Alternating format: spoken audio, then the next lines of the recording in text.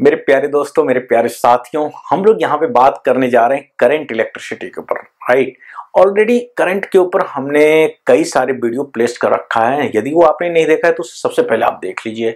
उन सारे video lectures के अंदर हमने डिस्कस किया किरचॉफ्स लॉ के ऊपर, ड्रिफ्ट वेलोसिटी के ऊपर एंड कॉम्बिनेशन ऑफ ईएमएफ के ऊपर वगैरह। ये सारी बातें हमने डिस्कस कर ली है। राइट, ये काफी सारे इंपॉर्टेंट चैप्टर्स हैं आपके एग्जाम के पॉइंट ऑफ व्यू से, तो जरूर से, और एग्जाम के साथ साथ मैं बार बार ये कह रहा हूं कि फिजिकल कॉन्सेप्ट को समझने के पॉइंट ऑफ व्यू से, उसे टेक्नोलॉजी में अप्लाई करने के पॉइंट ऑफ व्यू से काफी इंपॉर्टेंट है, जाके उसे जरूर देखिए। राइट, अच्छा, साथ में मैंने क्या किया कि डिस्क्रिप्शन बॉक्स में एक लिंक प्रोवाइड करी गई है। उस लिंक के थ्रू आप जो है क्लास 12th से रिलेटेड, जो आपके बोर्ड एग्जाम से रिलेटेड जो अभी हैं, उससे रिलेटेड कई सारे लेक्चर्स जो हैं अवेलेबल हैं। वो लिंक जैसे ही आप बेसिकली क्लिक करेंगे तो आप डायरेक्टली प्ले लिस्ट पे पहुंच जाएंगे, जिससे कि आपको डिफरेंट चैप्टर्स के और डिफरेंट सब्जेक्ट में आपको जो है उन वीडियो लेक्चर्स से मदद मिल सकती है। राइट, साथ में जेईई मेन के लिए, जेईई एडवांस के लिए, नीट के लिए भी कई सारे लेक्चर्स अवेलेबल हैं,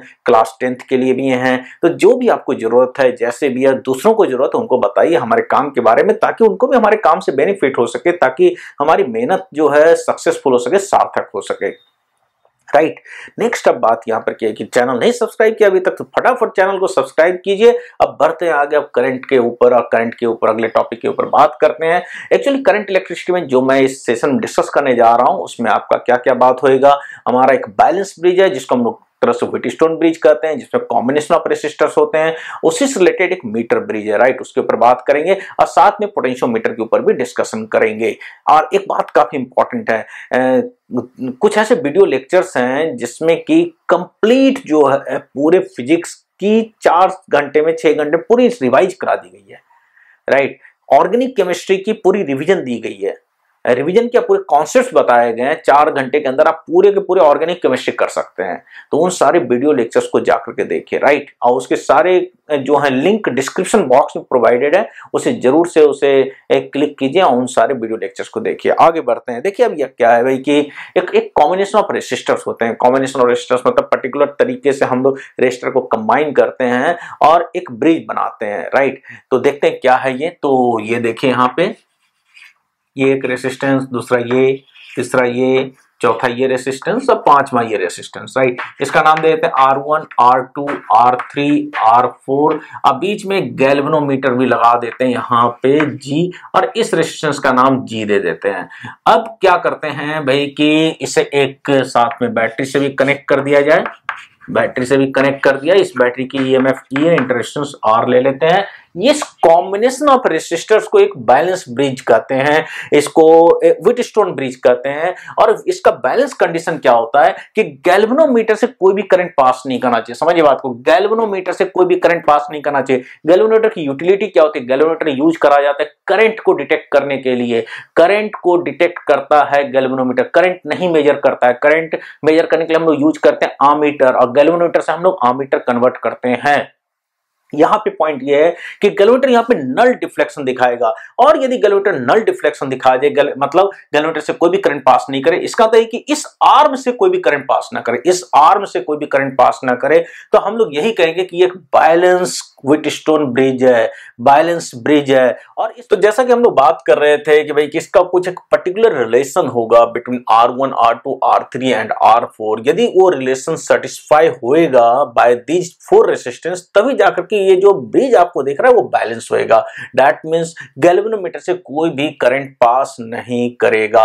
और ये रिलेशन जो आपका होता है वो होता है यहाँ पे R1 by R2 equal to R3 by R4। समझिए बात को, R1 by R2 equal to R3 by R4। आप इसको ऐसे भी लिख सकते हैं R1 by R3, ये R3 इधर चला जाएगा, R2 इधर चला जाएगा, तो R1 by R3 equals to R2 by R4। इसको ऐसे भी कर सकते हैं आमने सामने का, that means R1 into R4, इन दोनों के रेजिस्टेंस का प्रोडक्ट और इन दोनों के रेजिस्टेंस का प्रोडक्ट सेम होना चाहिए। यदि ये कंडीशन हो जाए तो हम लोग कहेंगे कि गैल्वेनोमीटर से कोई भी करंट पास नहीं करेगा और ये कहा जाएगा कि ये ब्रिज बेसिकली बैलेंस है। ऐसे ब्रिज को हम लोग कहते हैं व्हीटस्टोन ब्रिज, राइट। ये पॉइंट है यहाँ पे और ये काफी इंपॉर्टेंट आप समझिए कि इसकी टेक्निकल एप्लीकेशन है, एक्सपेरिमेंटल एप्लीकेशन है। होता क्या है इसमें से, यदि ऐसा हो जाए, ऐसा कंडीशन हम लोग ले आए एक्सपेरिमेंटली, तो 3 रेसिस्टेंस यदि पता हो तो चौथे रेजिस्टेंस को बड़े आराम से निकाला जा सकता है और यही काम हम लोग मीटर ब्रिज में करते हैं। Meter bridge is based on the principle of the Wheatstone bridge. Suppose ये रेजिस्टेंस पता है, ये रेजिस्टेंस पता है, ये अननोन रेजिस्टेंस है, तो और ये रेजिस्टेंस पता है, तो हम लोग R3 बड़े आराम से निकाल लेंगे, कोई बड़ी बात नहीं है। लेट्स से जैसे मैं एक एग्जांपल ले लेता हूं, सपोज ये रेजिस्टेंस आपका 10 ओम का है, ये 10 ओम ले लेते हैं जी, ये 20 ओम ले लेते हैं। अब कहा गया कि ये 40 ओम है, तो बताइए कि ये रेजिस्टेंस कितना होगा। तो बहुत आसान है, 10/20 will be equal to R3/40 and from this R3 you will get 20 ohm. बहुत आसान सी बात है, तो इससे R3 की वैल्यू आ गई, that R3 will come out 20 ओम। तो यही काम होता है मीटर ब्रिज। मीटर ब्रिज एक एक्सपेरिमेंट है जिसके थ्रू हम लोग यहाँ पे फाइंड आउट करते हैं जो रेजिस्टेंस की वैल्यू पता नहीं होती है, जिसके बारे में हम लोग डिस्कस भी करेंगे इसी सेशन के अंदर, राइट। ये पॉइंट है यहाँ पे। अब यह है कि ये रिलेशन कैसे डिराइव होता है, बहुत बहुत इंपॉर्टेंट है। तो इस रिलेशन के डेरिवेशन के ऊपर जाते हैं, राइट, और कुछ और पॉइंट्स देख लेते हैं। तब तक हम लोग ये वाली बात जो है ना, ये हम लोग 40 ओम ये सब हटा देते हैं, पर्टिकुलर सब वैल्यू। अब ध्यान से देखिए, समझिए बात को। अब मैं ले लेता हूं सपोज यहां से current I1 plus I2, right, ये करंट ले लेते हैं और इधर से करंट ले लेते हैं जी I1 और इधर से करंट यहां पे ले लिया जाए I2। अब ध्यान से समझिए मेरी बात को, गैल्वेनोमीटर से कोई भी करंट पास नहीं कर रही है, नहीं पास कर रही है, तो हम लोग क्या करेंगे कि भाई कि पहले ही मान लेते हैं कि गैल्वेनोमीटर से करंट पास नहीं कर रही है, रिलेशन फाइंड आउट करना है, कोई दिक्कत की बात नहीं है। बहुत मैं आपको आसान प्रोसीजर बता रहा हूं, तो हम लोग पहले एज्यूम कर लेते हैं, एज्यूम करके हम लोग रिलेशन निकाल लेंगे, कोई दिक्कत की बात नहीं है। तो करंट I1 यहां से गया जी, चूंकि इससे पास नहीं कर रहा है तो करंट I1 इधर से निकल जाएगा, बट एंड ऑब्वियस है। अब ये करंट I2 है, इस गैल्वेनोमीटर से कोई भी करंट नहीं पास कर रहा है तो इधर से I2 चला गया। अब ध्यान से समझिए बात को, इसे मैं बेसिकली किरचॉफ्स वोल्टेज लॉ लगा सकता हूं, कोई दिक्कत की बात नहीं है। Apply Kirchhoff's voltage law in this loop. Kirchhoff's voltage law मैंने पिछले लेक्चर्स में समझा रखा है, उस सारे लेक्चर को देखिए, उसकी एप्लीकेशन समझाई गई है। सारी कॉन्सेप्ट्स को समझिए, देखिए लेक्चर को और उसे वर्कआउट कीजिए। तो किरचॉफ्स वोल्टेज लॉ के अकॉर्डिंग क्या इक्वेशन बनेगा, ध्यान दीजिए। मैं ऐसे जा रहा हूं, फिर ऐसे जा रहा हूं, फिर ऐसे जा रहा हूं। अब कहेंगे भाई कि इसे तो कोई करंट पास नहीं कर रहा है, तो इसका मतलब क्या हम लोग यहाँ पे KVL लगा सकते हैं? लगा सकते हैं। Kirchhoff's voltage law applicable for the closed loop, जहां से चले वहीं लौट के आइए। भले हो सकता है किसी पर्टिकुलर रेजिस्टेंस के थ्रू करंट पास ना करे, इससे कोई दिक्कत की बात नहीं है, राइट। तो इसमें यदि आप KVL लगाएंगे तो it will come out -I1 R1 इसके through 0 plus I2 R2 will be equal to 0, -I1 R1 plus I2 R2 equal to 0। समझिए बात को, -I1 R1 इसके थ्रू कुछ भी नहीं है तो इसको हटा दिया, G तो है बट करंट पास नहीं करे, तो G into 0 that will B 0 plus I2 R2 ये लिख दिया हमने। और इसके बेसिस पे हम लोग लिख देंगे I1 R1 equal to I2 R2। From this I1 by I2 will come out R2 by R1। तो I1 बाय I2 यहां से आ गया। अब इन द सिमिलर वे इसमें KVL लगा दीजिए इस लूप में। जब इस लूप में लगाएंगे तो -I1 R3 plus I2 R4 plus 0, क्योंकि इससे कोई करंट तो जा नहीं रहा, that will be equal to 0। That means applying in this loop KVL, इस लूप में अप्लाई कीजिए KVL, तो इक्वेशन क्या बनेगा, -I1 R3, right, -I1 R3 plus I2 R4 equal to 0। ये वाली बात हो गई। अब यहां से भी वही बात लिखेंगे यहाँ पे कि भाई कि I1 R3 will be equal to I2 R4 and I1 by I2 will come out R4 by R3। Using this equation I1 by I2 will be equal to R4 by R3। आएगा या नहीं आएगा बताइए?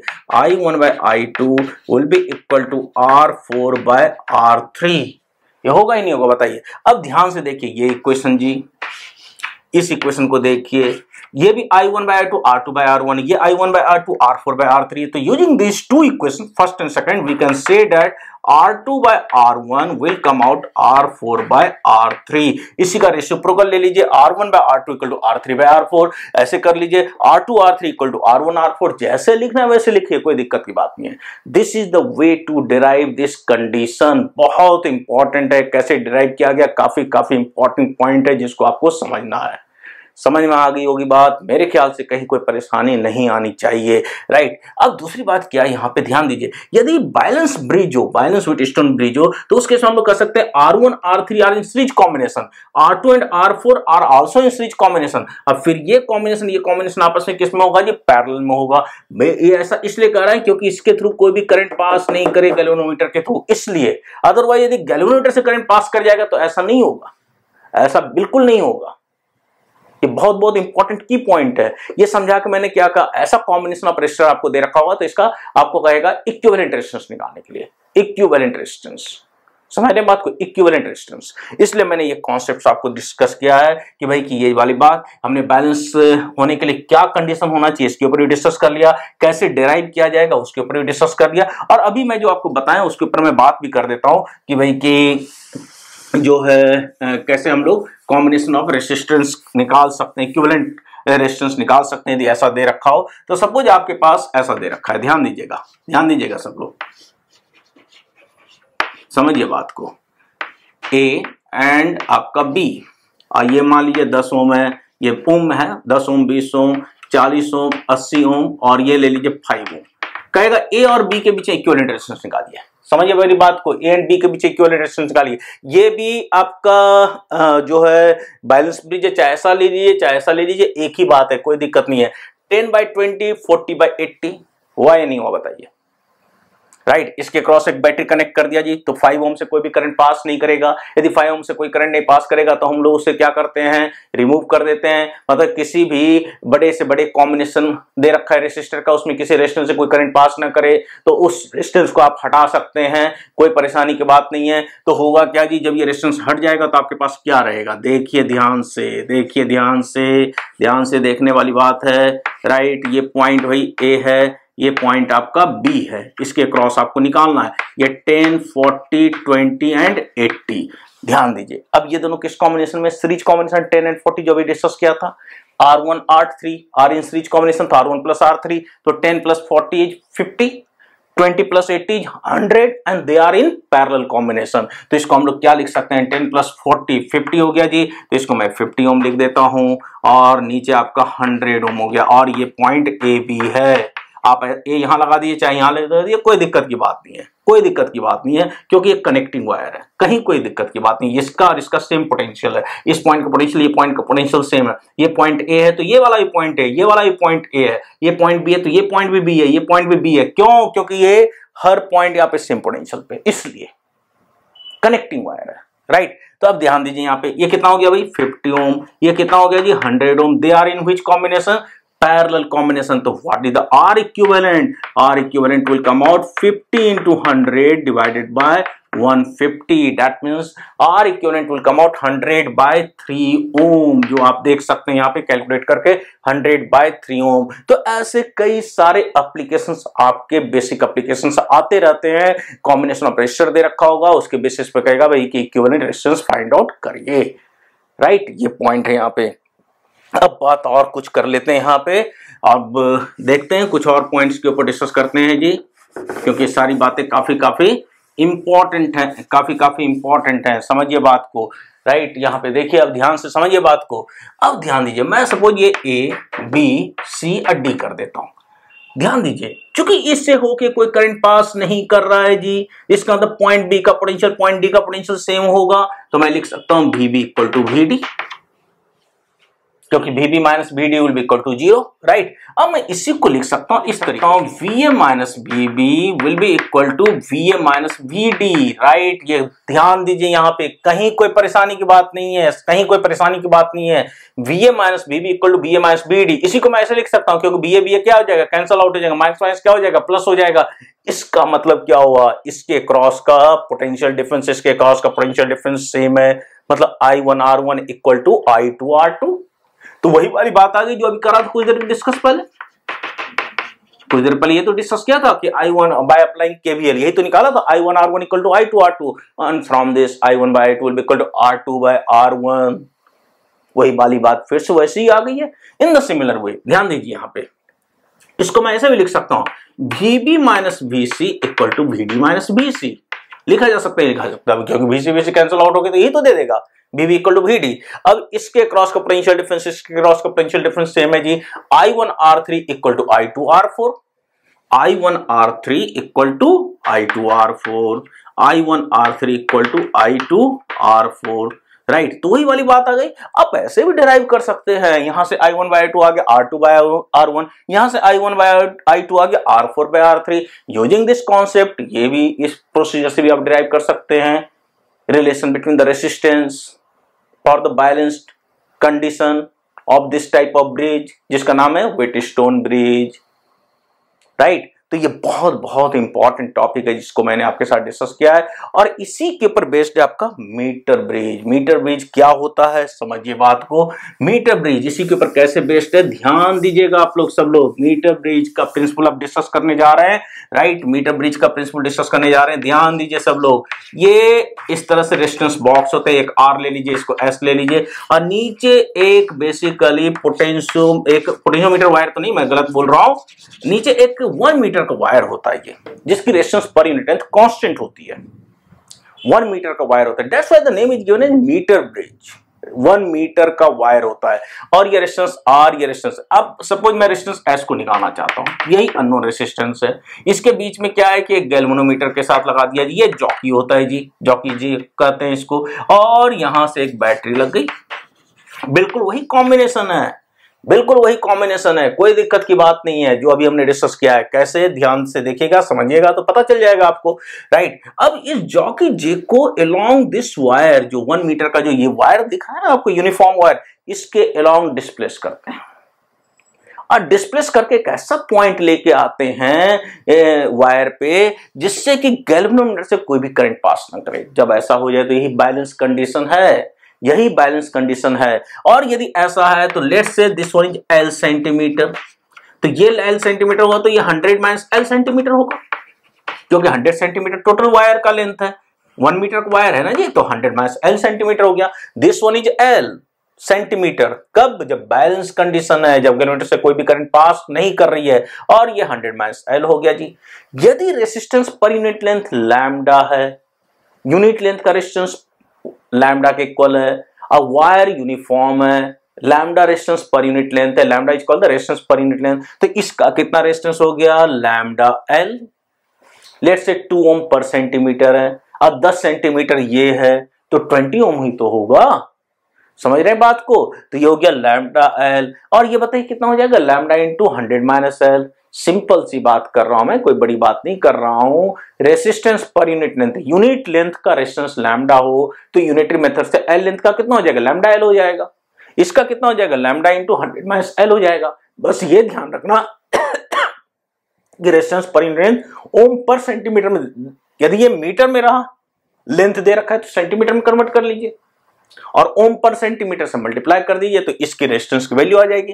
तो जब ऐसा आएगा तो देखिए अब ये कॉम्बिनेशन कैसे बन गया है, कैसे बन गया बैलेंस ब्रिज, अभी जो बात हुई थी, राइट। ये रेजिस्टेंस R है, ये S है, ये गैल्वेनोमीटर है जी, ये lambda L, this one is lambda 100 minus L, होगा ही नहीं होगा। अब क्या करेंगे, R by lambda L will be equal to S divide by lambda into 100 minus L। अभी जो हमने डिस्कस किया था बैलेंस कंडीशन के लिए, यहां से बैटरी लगी हुई है जी, इन दो जगहों के बीच में, दिख ही रहा है आप लोगों को, तो क्या हो जाएगा, R by lambda L will be equal to, क्या लिखेंगे बताइए, S by lambda into 100 minus L। Lambda lambda क्या हो गया जी, कट गया, यहां से हमारे पास S की वैल्यू आ गई, क्या आ जाएगा, 100 minus L divided by L into R। आएगा नहीं आएगा, 100 minus L divide by L into R, ये वाली बात आ गई। This is the principle behind the meter bridge. और R की वैल्यू पता है, L की वैल्यू हम लोग एक्सपेरिमेंटली फाइंड आउट कर लेते हैं, इससे हमारे पास क्या आ गया, अननोन रेजिस्टेंस S की वैल्यू आ गई, राइट। या फिर यदि S दे रखा है, R निकालना है, तब भी निकाला जा सकता है। तो this the principle behind the meter bridge, इसी को कहते हैं मीटर ब्रिज, जिसको हम लोग बेसिकली व्हीटस्टोन ब्रिज के ऊपर ये बेस्ड है। अब हम लोग करेंगे क्या, कुछ इसके ऊपर प्रॉब्लम्स देख लेंगे, ताकि आपको ये सारे कॉन्सेप्ट्स जो हमने अभी डिस्कस किया है वो आपको थॉरोली समझ में आ जाए। तो मैं इसके ऊपर कुछ प्रॉब्लम्स भी साथ साथ तो कुछ करा ही दिया हूं, तो मैं अब यहाँ पे कुछ प्रॉब्लम्स भी देख लेंगे कि भाई कि इससे रिलेटेड, ताकि आप इन बातों को कंसेप्चुअली जो हमने डेवलप किया है बात को वो एप्लीकेशन में कैसे करा जा सकता है, राइट, न्यूमेरिकल प्रॉब्लम्स में। तो बढ़ते हैं आगे और डिस्कस करना शुरू करते हैं कुछ न्यूमेरिकल प्रॉब्लम्स से रिलेटेड, कुछ एप्लीकेशन, राइट। अब हम लोग यहाँ पे नेक्स्ट प्रॉब्लम के ऊपर बात करने जा रहे हैं। ये भी एक अच्छा प्रॉब्लम है, मीटर ब्रिज का एप्लीकेशन है, और आपको जैसा कि पता ही है कि मीटर ब्रिज जो है व्हीटस्टोन ब्रिज के कॉन्सेप्ट के ऊपर बेस्ड होती है, राइट। तो देखते हैं अब ये प्रॉब्लम क्या है। कहा गया कि मीटर ब्रिज है जो दिखा रखा है मैंने आपके सामने, और कहा गया कि भाई कि ये पॉइंट ए है और यहाँ पे बैलेंस पॉइंट का मतलब हो गया कि इस गैल्वेनोमीटर से कोई भी करंट ना पास करे, डिफ्लेक्शन जीरो हो, मतलब डिफ्लेक्शन जीरो हो, गैल्वेनोमीटर नल डिफ्लेक्शन दिखाए, तभी कहते हैं बैलेंस पॉइंट है। और ए से मेजर करी गई ये बैलेंस पॉइंट 39.5 सेंटीमीटर, और यहां से यहां तक 100 सेंटीमीटर लेंथ होता है, तो ये वाला हो गया आपका 100 minus 39.5 which will come out 60.5 centimetre, right. तो ये दूसरी बात कही गई रेजिस्टेंस वाई 12.5 ओम है, ये वाला रेजिस्टेंस 12.5 ओम है, तो ये वाला रेजिस्टेंस हमें निकालना है। तो देखिए कॉन्सेप्ट क्या होता है बैलेंस ब्रिज का, जो मीटर ब्रिज का है, this resistance by this resistance, क्योंकि ये अपने आप एक रेजिस्टेंस का काम कर रहा होता है, और ये रेजिस्टेंस नेग्लिजिबली स्मॉल होती है, और क्यों होती है, कैसे होती है, अभी बात करेंगे हम लोग, वो भी एक प्रॉब्लम है। तो this resistance by this resistance will be equal to Y divide by this resistance. तो मान लिया जाए ये बैलेंस लेंथ L है और रेजिस्टेंस पर यूनिट लेंथ इस वायर की लैम्डा है, तो what is the resistance of this wire, lambda into L। इसकी कितनी होगी, लैम्डा इनटू 100 माइनस L, तो x अपॉन लैम्डा L, तो x upon lambda L balance bridge का, व्हीटस्टोन ब्रिज का concept, this resistance by this resistance will be equal to y divided by lambda into 100 minus L। तो ये हो गया, lambda lambda cancel out हो जाएगा, तो यही कॉन्सेप्ट लगाएंगे। तो हमें यहाँ पे एक्चुअली x की वैल्यू चाहिए, तो y की जगह पे कितना प्लेस करेंगे, 12.5 ओम, L की जगह पे 39.5 सेंटीमीटर, 100 माइनस 39.5 मतलब इस L की जगह पे 39.5, तो ये पूरा हो जाएगा 60.5, और y की जगह पे यहाँ पे हमारे को प्लेस करना है 12.5 ओम, तो वही प्लेस किया हमने। x निकालना है, लैम्डा लैम्डा कैंसिल आउट हो गया, L 39.5 सेंटीमीटर, यहाँ पे L 39.5 डालने के बाद पूरा हो जाएगा 60.5, y की जगह पे 12.5 ओम, x की वैल्यू आ गई 8.16 ओम, कैलकुलेट करके। बहुत आसान है, डायरेक्ट एप्लीकेशन है मीटर ब्रिज का, कई दफे ऐसे क्वेश्चन आते रहते हैं बोर्ड के पेपर में, राइट, तो ध्यान रखना इसका। नेक्स्ट प्रॉब्लम जो इसमें है वो देखिए अब आप, नेक्स्ट प्रॉब्लम ये कहा जा रहा है कि क्यों हम लोग यहाँ पे मीटर ब्रिज में थिक कॉपर वायर यूज करते हैं। ये कॉपर वायर होता है, थिक होती है। अब इसकी वजह देखिए, थिक कॉपर वायर, देखिए यहाँ पे थिक होने से एरिया ज्यादा हो जाएगा, और यदि एरिया ज्यादा हो गया, थिक जितना होगा तो एरिया उतना ज्यादा होगा, एरिया जितना ज्यादा होगा resistance inversely proportional to area है, तो रेजिस्टेंस उतना ही कम हो जाएगा। तो ये जो थिक कॉपर वायर होने से क्या हो रहा है कि हम लोग रेजिस्टेंस के मिनिमाइज कर देते हैं, कम से कम कर देते हैं। यहाँ पे ये जो हमने लिखा ना एक एजम्पशन ये लेके करा कि ये जो कॉपर वायर है उसकी रेजिस्टेंस जीरो की इक्वल है, होती नहीं है जीरो, कुछ ना कुछ होती है, बट यहाँ पे हम लोग उस रेजिस्टेंस को निग्लेक्ट कर रहे हैं, राइट। अब इस रेजिस्टेंस को मिनिमाइज करना है ताकि हमारे पास जो रिजल्ट आए एक्सपोनेंशियल रिजल्ट उसमें कम से कम एरर रहे। तो उसको करने के लिए हमें क्या करना पड़ेगा, कॉपर वायर को जितना थिक हो सके उतना थिक बना दीजिए। तो थिक कॉपर वायर होने से आपका एरिया ज्यादा हो जाएगा, रेजिस्टेंस कम हो जाएगा, रेजिस्टेंस मिनिमाइज हो जाएगी, इसलिए ऐसा thick copper wire meter bridge में यूज किया जाता है, राइट। तो ये हमने यहाँ पे इस प्रॉब्लम को डिस्कस किया। अब इसके अगले पार्ट के ऊपर बात करने जा रहे हैं।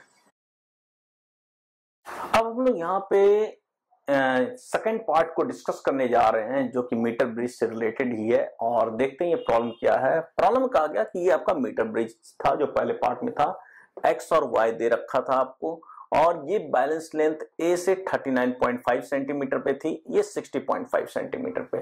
कहा गया कि यदि मैं एक्स और वाई को इंटरचेंज कर दूं, मतलब यहाँ वाई लगा दूं यहाँ एक्स लगा दूं, तब नया बैलेंस पॉइंट बताइए। एक्चुअली डायरेक्टली मैं कह सकता हूं कि बैलेंस पॉइंट भी इंटरचेंज हो जाएगा। यदि x और y को इंटरचेंज करेंगे तो बैलेंस पॉइंट भी इंटरचेंज हो जाएगा, मतलब जो पहले आपका 39.5 सेंटीमीटर का बैलेंस लेंथ था अब वो 60.5 पे पहुंच जाएगा ए से, उधर वाला जो है वो 39.5 सेंटीमीटर पे हो जाएगा। डायरेक्टली कह सकते हैं आप using the basic concepts, right. वह क्योंकि रेशियो है बेसिकली। अब देखिए यहाँ पे वैसे न्यूमेरिकली भी करके देख लेते हैं। देखिए यहाँ पे जब पहला सिचुएशन था तो x upon 39.5 will be equal to y upon 60.5। तो x अपॉन y कितना आ गया 39.5 बाई 60.5, कोई बड़ी बात तो है नहीं इसमें। अब देखिए अब यहाँ y कर दिया, यहाँ x कर दिया। Let the new balance length is l, तो ये हो गया 100 माइनस l, तो y upon l will be equal to x upon 100 minus l। तो इस इक्वेशन को लिख सकते हैं x by Y will be equal to 100 minus l by l। अब ये वैल्यू और ये वैल्यू आपस में इक्वल होगी क्योंकि x बाय वाई ये भी है, ये भी x बाय वाई है, तो 100 minus l by l will be equal to 39.5 by 60.5। तो इसको इसी से देख के बोल देंगे कि भाई कि l जो है 60.5 सेंटीमीटर है, क्योंकि यदि ये l 60.5 होगा तभी तो 100 माइनस l भी 39.5 होगा। तो डायरेक्टली इसे कर सकते हैं, या सीधा आप ज्यादा आपको लगता है तो सीधे आप सॉल्व कर लीजिए, उससे भी हो जाएगा, राइट। बट वैसे कंसेप्चुअली कहा जाएगा कि यदि resistance x and y interchange होगा तो यहाँ पे बैलेंस लेंथ भी इंटरचेंज हो जाएगी, राइट। तो ये इस तरीके से हम लोग इस प्रॉब्लम को वर्कआउट करेंगे। बढ़ते हैं और हम लोग इसके सी पार्ट पर वर्कआउट करते हैं। अब हम लोग यहाँ पे सी पार्ट को डिस्कस करने जा रहे हैं और ये प्रॉब्लम बहुत ही बेहतरीन कंसेप्चुअल प्रॉब्लम है और देखते हैं ये प्रॉब्लम क्या है।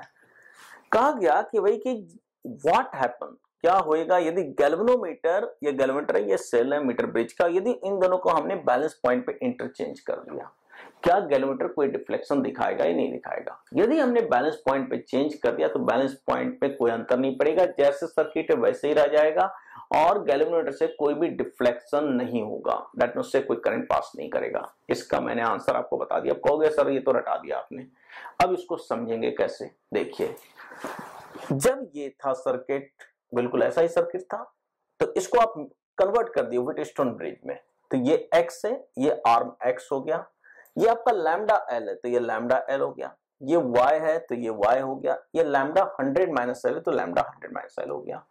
इसके बीच में गैल्वेनोमीटर, तो यहाँ पे गैल्वेनोमीटर लग गई है और इसके बीच में सेल लगा दिया मैंने।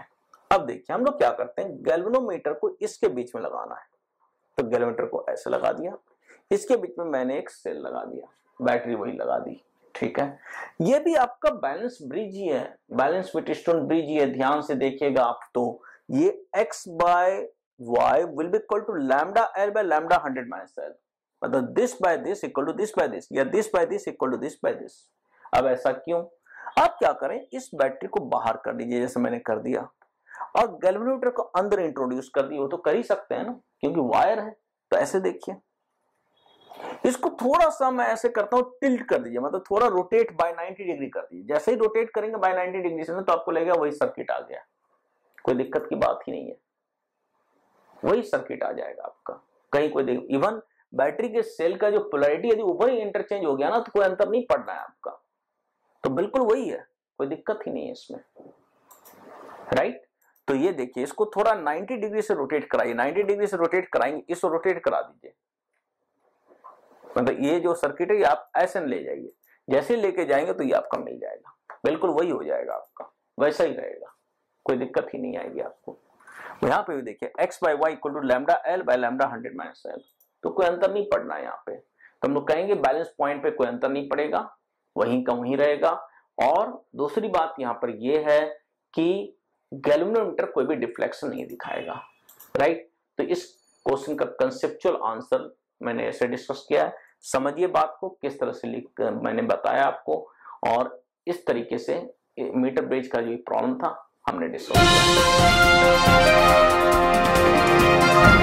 जो चैनल है, जो आइंस्टाइन क्लासेस का जो चैनल है, वो मैं आपको दिखाना चाहता हूँ। देखिए यहाँ पे आप क्या कीजिए कि सर्च बार में जाइए और वहाँ पे आप आइंस्टाइन क्लासेस टाइप कीजिए। जब आइंस्टाइन क्लासेस आप टाइप करेंगे तो उस केस में आपके सामने जो है ये आ गया आपका, राइट। ये देख रहे हैं आइंस्टाइन क्लासेस, इसको आप क्लिक कीजिए। इसको क्लिक करते ही आप डायरेक्टली जो है हमारे होम पेज पे पहुंच जाएंगे। ये देख रहे हैं आप, होम पेज हमारा है आइंस्टाइन क्लासेस का। इसमें काफ़ी कुछ आपके लिए है मटेरियल, और आपको सपोर्ट करने के लिए, आपकी पढ़ाई को सपोर्ट करने के लिए, जिसका आप डेफिनेटली यूज कीजिए।